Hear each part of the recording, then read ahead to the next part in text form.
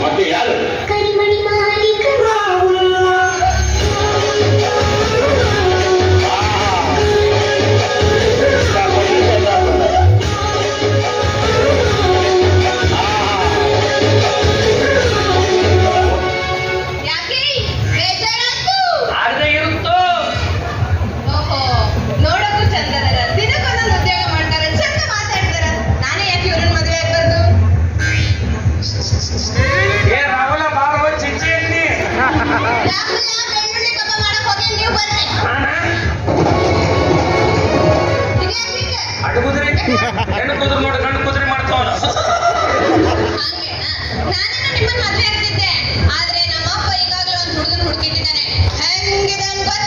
Same ಗಂಡಿದ್ದಂಗ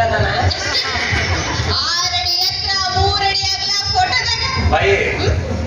ಗಾಡಿ ಎಷ್ಟು ದೊಡ್ಡದೈತೆ ಅನ್ನೋದು ಮ್ಯಾಟ್ರ್ ಅಲ್ಲ, ಇಂಜಿನ್ ಎಷ್ಟು ಪವರ್ ಐತೆ ಅನ್ನೋದು ಮ್ಯಾಟ್ರ್. ಬೋರ್ ಎಷ್ಟು ಆಳ ತಗ್ಸಿ ಮಾಡೋದು ಮ್ಯಾಟ್ರ್ ಅಲ್ಲ, ನೀರೆಷ್ಟು ಬಿಡ್ತಾವ ಅನ್ನೋದು ಮ್ಯಾಟ್ರ್. ನಾನು ಯಾರ ಸೈಕಲ್ ಗ್ಯಾಪ್ನಾಗ ಆಟೋ ಓಡಿಸೋದೀನಿ, ಸೂಜೆಗೆ ಹಗ್ಗ ಕೊಡ್ಸೋದೀನಿ. ಏನಂತ ಪಾಪ ನಿಮ್ಮ ಅಪ್ಪಂದು ಏನೂ ಇಲ್ಲ.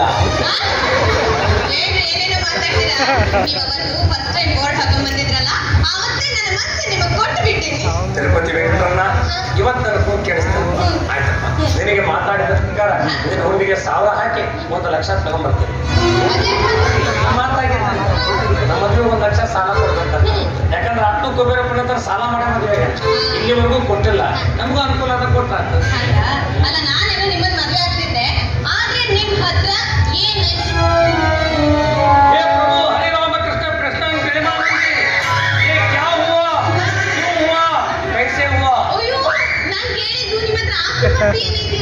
ಆಸ್ತಿ ಕೇಳಿದೆ, 1 ಸೆಕೆಂಡ್ ದಿಕ್ ತಪ್ಪಿದ್ದೆ. ಈ ವಯಸ್ಸಿನ ನನಗೇನಾತ, ಅದು ನನಗೆ ಗೊತ್ತಿಲ್ಲ, ದಿಕ್ಕಿಗೆ ಗೊತ್ತಂತ ಬಹಳ ವಿಚಾರ. ಹುಡುಗಿ ಯಾವತ್ತು ನೀ ನನ್ನ ಮನಸ್ಸು ಗೆದ್ದಿ ಅವತ್ತ ಮಾರಾಟ ಆಡ್ಲೇ ನನಗೆ ಆಗ್ತಿ. ಮನುಷ್ಯನಿಗೆ ನಿಜವಾದ ಆಸ್ತಿ ಯಾವುದು ಗೊತ್ತ? ಮನುಷ್ಯ ನಾವು ಬದುಕಿರೋವರೆಗೂ ಇನ್ನೊಬ್ಬರಿಗೆ ಅನ್ಯಾಯ ಮಾಡದೆ 4 ಜನರಿಗೆ ನಾವು ಬೇಕಾಗಿ ಸತ್ತು ಹೋದಾಗ ಅಯ್ಯೋ ಇವ ನಮ್ಮನ್ನು ಬಿಟ್ಟು ಹೋದ್ನಲ್ಲ ಅಂತ 4 ಜನ ಕಣ್ಣೀರು ಮಣ್ಣು ಹಾಕ್ತಾರಲ್ಲ, ಅದೇ ಅವನಿಗೆ ನಿಜವಾದ ಆಸ್ತಿ. ಮನುಷ್ಯ ತಾನು ವಿಪರೀತ ಶ್ರೀಮಂತ ಆಗಬೇಕು ಅಂತ ಸಮಾಜಕ್ಕೂ ದೇಶಕ್ಕೂ ಅಕ್ಷರ ದಾಸೋಹ ಮಕ್ಕಳಿಗೆ ಸಮೇತ ಕಲಬೆರಕೆ ಅಕ್ಕಿ ಒಳ್ಳೊಳ್ಳೆ ಅಕ್ಕಿ ತಗೊಂಡಾಗ ಅವ್ರ ಮನೆಗೆ ಕೊಟ್ಕೊಂತಾರ. ಅವ್ರ ಮನೆಗೆ ಅಕ್ಕಿ ಚೀಲ ಸ್ಟಾಕ್ ಆಗೋ ಅಷ್ಟೊತ್ತಿಗೆ ಅವ್ರಿಗೆ ಶುಗರ್ ಕಂಪ್ಲೇಂಟ್ ಮಾಡಿ ಡಾಕ್ಟರ್ ಹೇಳ್ತಾರ, ನೀ ಅನ್ನ ತಿನ್ಬೇಡಪ್ಪ ಅಂತ. ಹಬ್ಬದಾಗ ಬೀಜದ ಮಜವಾಗಿ ಹೋಳಿಗೆ ಶಿರ ಹೊಡಿತಾರೆ. ಒಂದು ದೊಡ್ಡ ಕಂಚೆ 4 ಮಕ್ಕಳು ತಗೊಂಡು ಪಟ್ಟು ತುಂಬ್ತಿರ್ತಾರೆ. ಒಂದು ಗಂಜಿ ಕೊಡ್ಬೋದು. ಅದಕ್ಕೆ ಸರ್ವಜ್ಞರು ಹೇಳ್ತಾರೆ, ಕೊಟ್ಟಿದ್ದು ತನಗೆ ಬಚ್ಚಿಟ್ಟಿದ್ದು ಪರನೆಗೆ, ಕೊಟ್ಟಿದ್ದು ಕೆಟ್ಟಿದ್ದೇನೆ ಬೇಡ ಮುಂದೆ ನನಗೆ ಕಟ್ಟಿಟ್ಟ ಬುದ್ಧಿ ಸರ್ವಜ್ಞ. ನನಗೆ ನಿನ್ನೆ ಆಸ್ತಿ, ನಿನಗೆ ನಾನೇ ಆಸ್ತಿ. ಕೂಡಿ ಬಾಳುವ ಸೇರಬಾರ್ದು ಈ ಹಾಡು.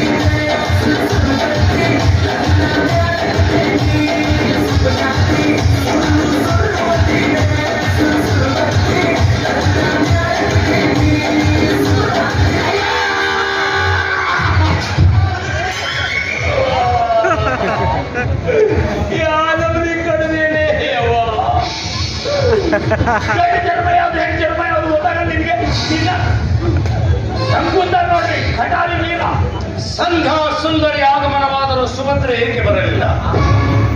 ಸುಭದ್ರೆ, ಹೇ ಮಾಡರ್ನ್ ಸುಭದ್ರೆ,